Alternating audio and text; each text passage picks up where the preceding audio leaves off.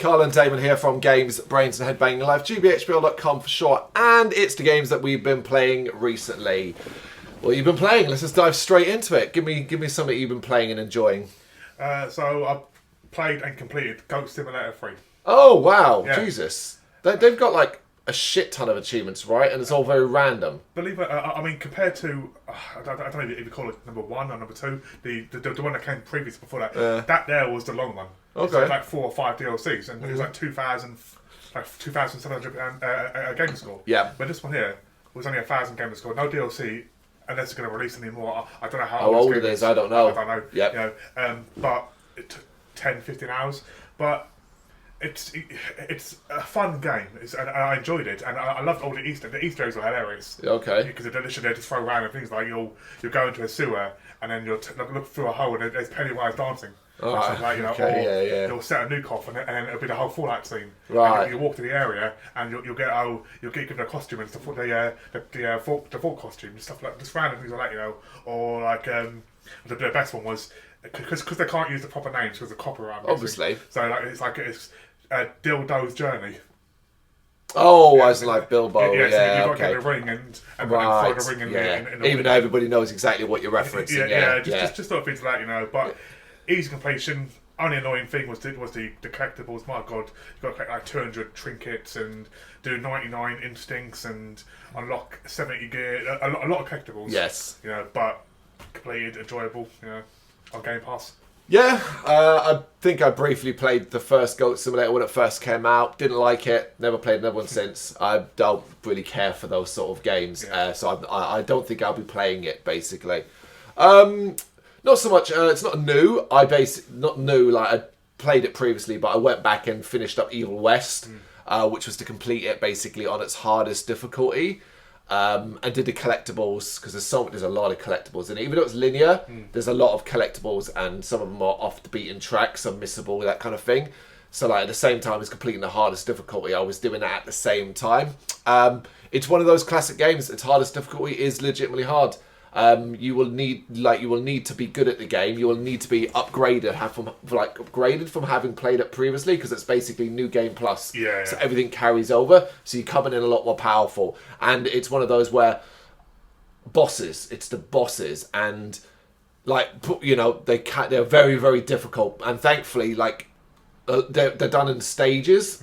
So like the end boss is quite tough, and you're gonna have to be really good and patient and stuff like that. Probably took me about 45 minutes to beat the end boss, but that was a lot of dying. Yeah. But thankfully it comes in stages, you know, like you get 1/4 of the health down, and like it'll save there, and that'll be a cutscene, and then the next part and stuff like that. Yeah. But I thoroughly enjoyed it. Like I love Evil West.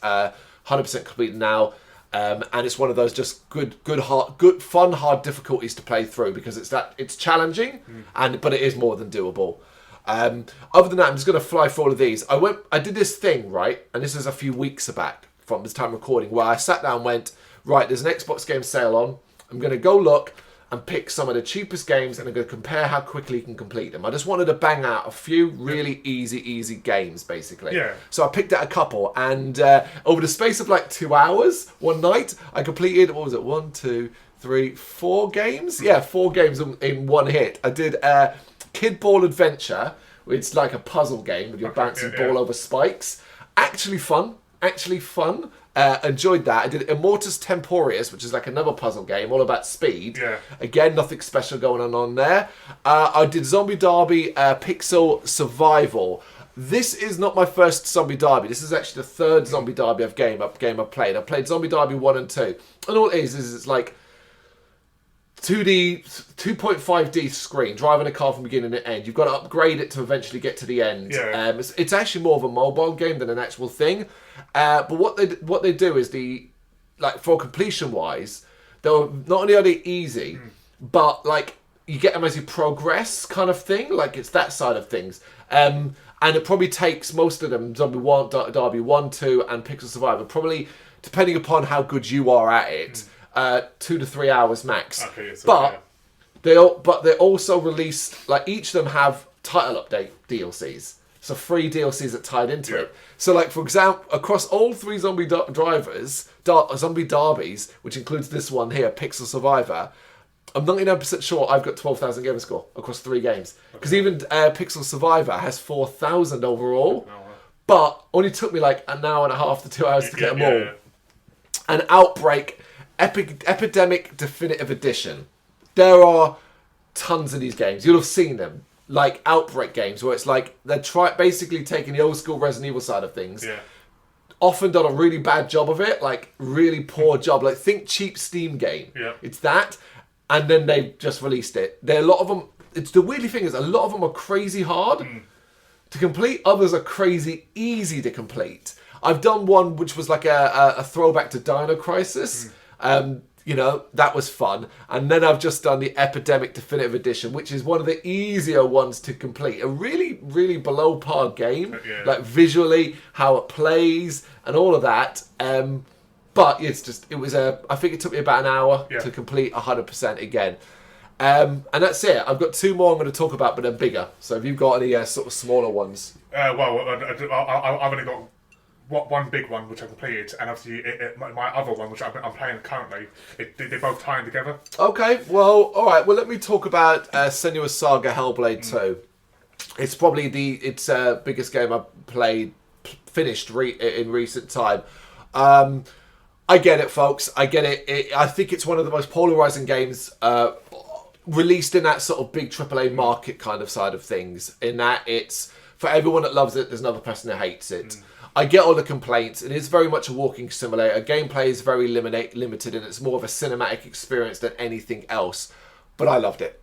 I absolutely loved it. I'm not big on graphics. I don't get turned on by, oh my god, it looks stunning or sounds stunning or anything like that. I tend not to worry about it. I just care about if a game is good or not. Yeah. But Senua's Saga Hellblade 2 is one of those games where I was like, god damn, that's beautiful. God damn, this sounds fantastic. Like all of that, feeling and being immersed. I played it with headphones on. I often play all my games with headphones on now. So I played it with headphones on, so I got fully immersed into it. It's stunning. It's also not like on the achievement and completion side of things. It's actually because I think as well they were very conscious. I think they want you to enjoy it. So like 9 of the 11 achievements, 9 and 11 achievements are all story based. So you play through the game, you'll get 9 and 11. Okay, yeah. The other 2 are collectibles, but I use that term loosely because there's no thing about Hellblade 2 is there's not really it's linear. Yeah. There's like you go to an area, you're in an area, and there'll be a path straight forward, and there might be a curve round that takes you a little bit off the way, and that's where you'll find a lore stone or a face and all that. But here's the thing: not only does this game have chapter select, but it will tell you 1 out of 2 in that chapter. Very easy to go back and pick up the ones you've missed. But the game itself, I think, is fantastic. I loved it. I do think the complaints are valid. I think if you're after an action-packed game of stuff and all that, you're not going to get it. I completely understand that. I understand that. But why I loved it is because I have tons of games where it's open world, hack and slash and action and all of that. This isn't that. It wasn't sold to me as being an open world, hack and slash, over-the-top action game. So I thoroughly enjoyed it on that basis. Yeah. I absolutely loved it. So that's probably that's the biggest new game I've completed. Yeah. Go on. So for me, it's obviously Yakuza 7, Like a Dragon. Okay. So despite me telling you that, is it actually stop? You just want to jump in. Is it called Yakuza 7? Is it? No, it's gone, right? It's all Like a Dragon now. It's Yakuza Like a Dragon, but when you search Yakuza 7, that one comes up. I'm just because I know there's a thing about like how it's just become Like a Dragon. I think they've dropped the Yakuza name completely now, haven't they? Yeah, they have, but I don't know why because they literally all the original characters are in this game. Yeah, but I presume I actually presume this is a presumption. Yeah. I presume they've dropped it because Yakuza. That's why. Do you know what I mean? Like the name. Yeah, it's not a positive name, is it? I mean, it gets mentioned a lot in the game, so and obviously all the different clans in the title. Yeah, but I mean, as a title and selling the title, but also like maybe a part of the problem is right.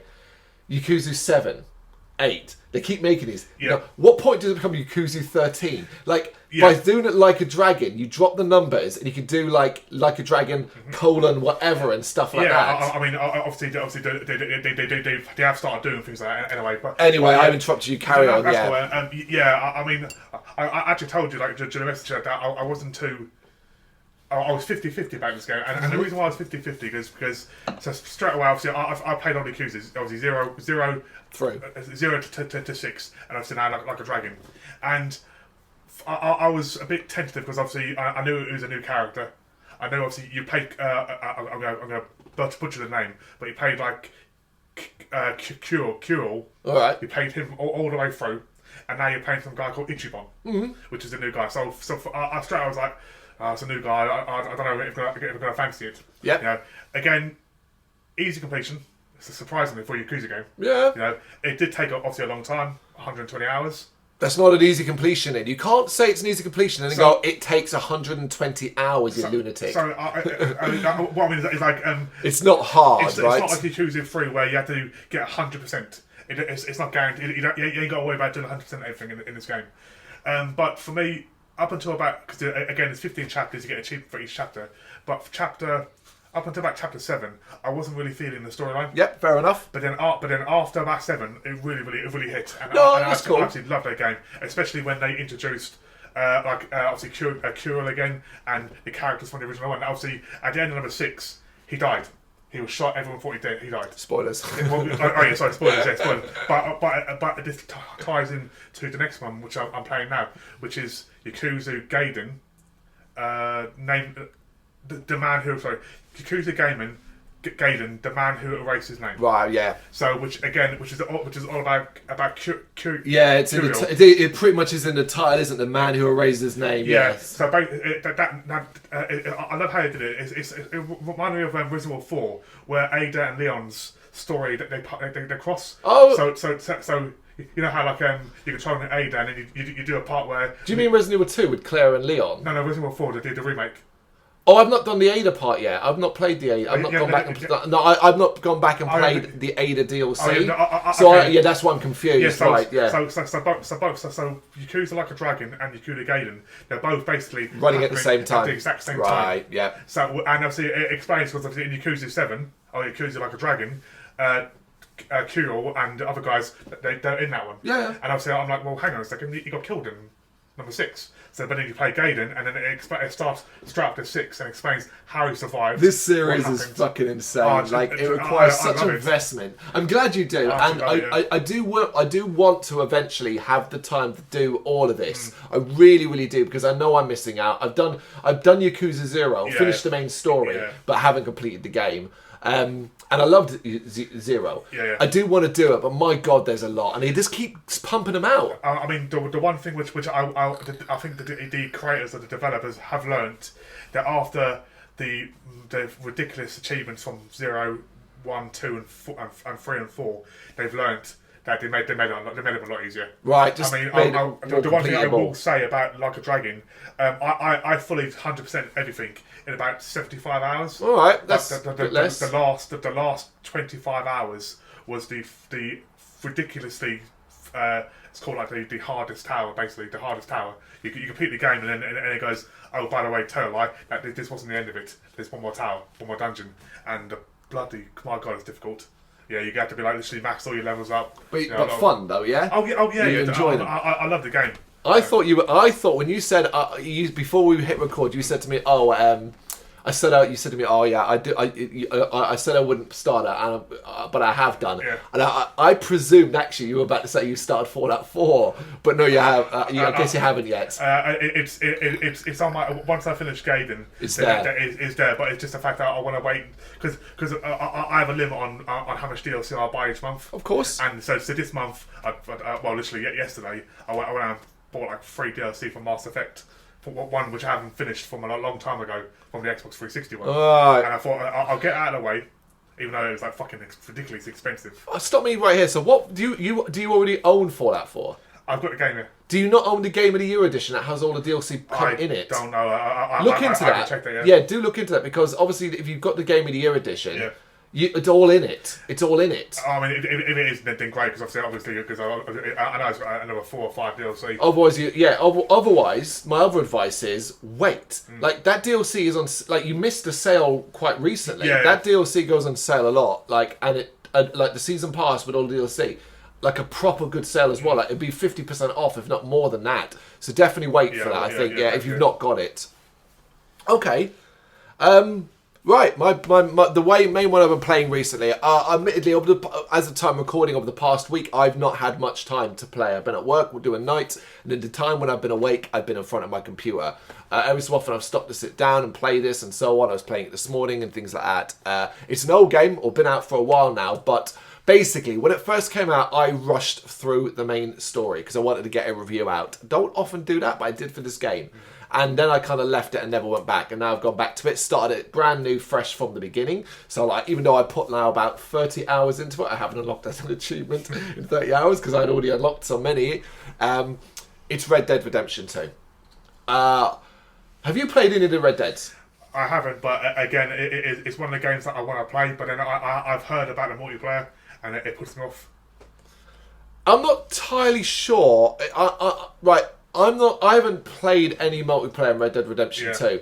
It is a separate game.